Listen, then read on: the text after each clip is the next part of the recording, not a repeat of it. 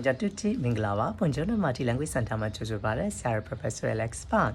ဆရာတို့နေရာတရားတစ်ခုကိုတော့မယ်ဆိုရင်ဆရာတို့က indirect R ဆိုပြီးတော့ဆရာတို့ preposition R ကိုသုံးပါတယ်ဒါပေမဲ့အမြဲတမ်းလည်းမဟုတ်ပါဘူး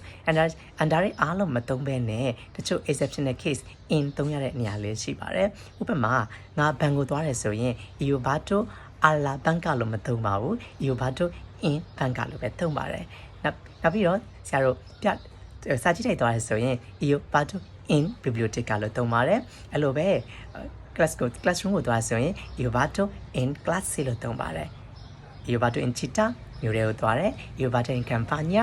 countryside ကိုသွားတယ် io vado in chiesa ငါဘုရားကျောင်းကိုသွားတယ်ရေဦးကန်ကိုသွားရဆိုရင်လည်း io vado in piscina လို့ပဲသုံးပါတယ်အဲ့လိုပဲ in ufficio office ကိုသွားတယ် in albergo hotel ကိုသွားတယ်အဲ့လိုပဲ in farmacia ငါစီးဆိုင်ကိုသွားတယ်ဆိုပြီးတော့အဲ့လိုနေရာမျိုးလေးဆိုရင်ဆရာတို့က in ပဲသုံးရပါတယ် banca biblioteca classe città campagna chiesa